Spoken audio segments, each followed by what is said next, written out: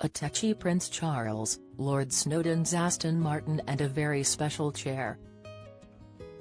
What historian Brian Hoey, a BBC reporter on the day, remembers of the King's investiture 55 years ago.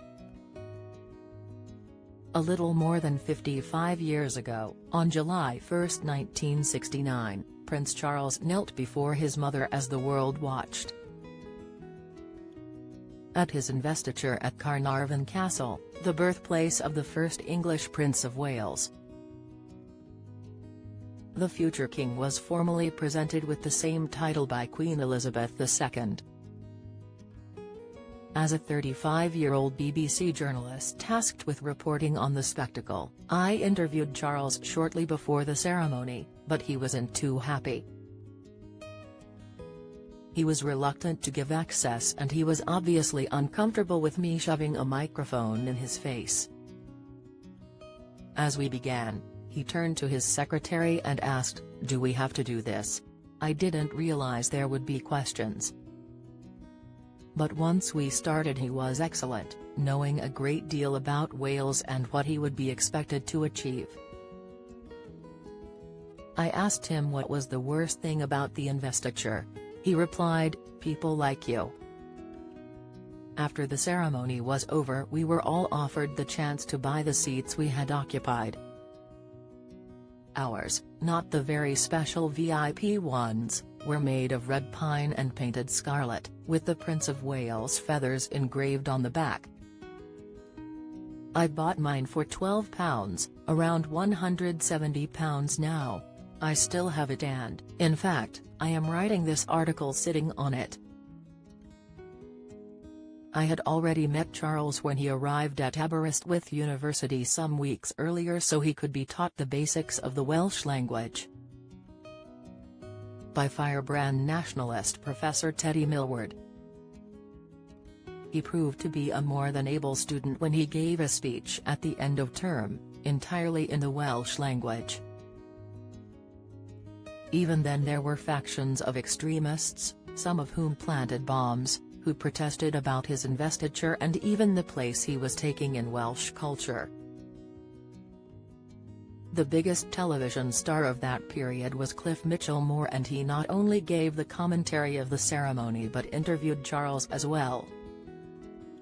ITV also had a big name in actor Richard Burton, who provided the Welsh touch for an audience that was estimated at around 500 million worldwide. I enjoyed not only the day of the investiture itself but the entire week leading up to it. The BBC sent me and a camera team to record the views of the people who had been crowding into Carnarvon in the lead-up in the hope they might spot any famous faces. There were plenty around, all intent on seeing one of the most dramatic and spectacular events of Welsh pageantry. I was very lucky because the man organising the whole operation of the investiture was Lord Snowdon, Princess Margaret's photographer husband. I had been friends with him for many years, since he was just plain Anthony, Tony, Armstrong Jones, long before he married into the royal family. Tony, as I called him, showed me everything. The seating plan, the throne where Prince Charles would sit. He even let me sit on it.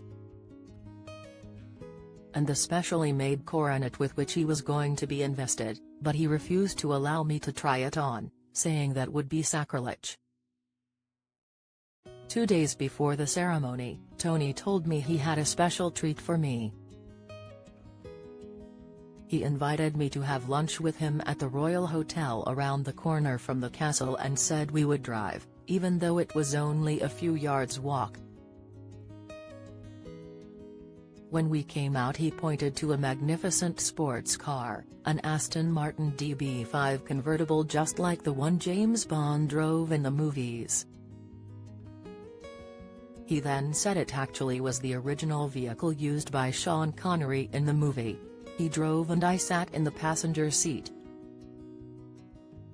He said, "Just give a royal wave to all the people waving to us," and there were hundreds. "They'll think you are someone important." He even showed how to do the royal wave, raise one arm but not with the palm pointing out, and do not wave it about, just hold it still. Somehow, I never quite got used to doing it. On the way back he allowed me to drive it. That's my claim to fame.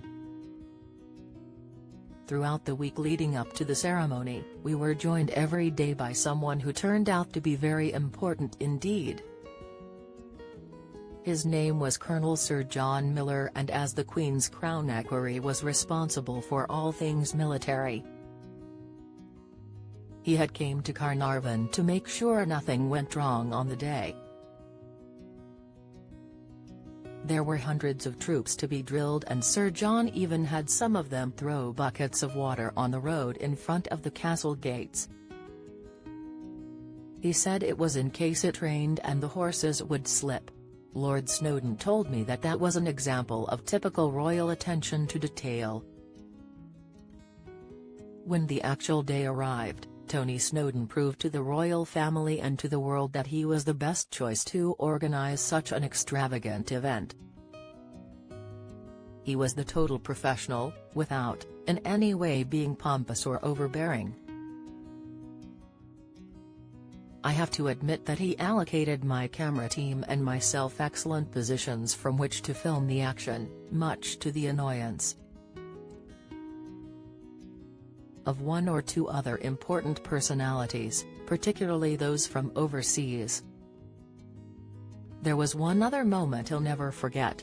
A lineup of civic dignitaries and Welsh aristocracy was being presented to the Queen, and Snowdon quietly gestured to me to stand on the end. Security was rather different in those days. So, I stood alongside the others and Tony Snowdon made all the presentations. One is presented to royalty, not introduced. I had been warned previously before meeting Prince Charles that a short neck bow is sufficient, never bow from the waist, that's only for head waiters. So my days with some of the most famous and important people in the country were over, and at the end, my cameraman said to me, "It's not a bad life, is it? And we're being paid."